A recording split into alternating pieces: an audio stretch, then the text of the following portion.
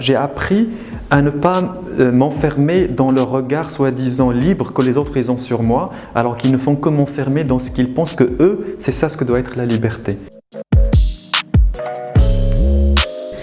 Donc j'ai appris à dépasser ça et à dire ce que je ressens profondément, en essayant en tout cas de le dire de la manière la plus juste possible.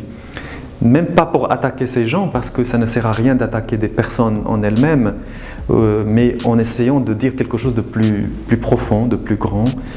Donc même si pour des gens, être homosexuel c'est une petite chose, pour moi ce n'est pas une petite chose.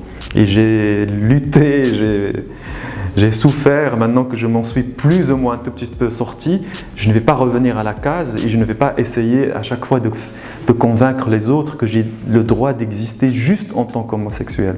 Même si je ne suis qu'un homosexuel, j'ai le droit de vivre dans la même liberté que les autres.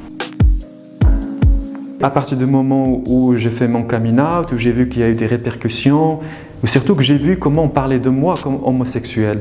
J'ai vu encore l'ignorance même dans les mots des journalistes et dans les gens qui sont censés comprendre. C'est à ce moment-là que j'ai pris la chose très au sérieux et que j'ai fait très attention à ce que je disais, non pas pour m'autocensurer, mais pour trouver moi les mots justes pour dire l'expérience homosexuelle, l'expérience lesbienne, l'expérience LGBT de manière générale. Je me suis dit, il faut que je fasse quelque chose pour les autres et que, en tout cas, à travers ce que je dis, que je ne les inonde pas dans les clichés que l'Occident a sur les homosexuels, par exemple en Afrique, ou bien au Maroc, ou bien dans les homosexuels musulmans. Il ne faut pas que je les enferme dans ce que les autres croient.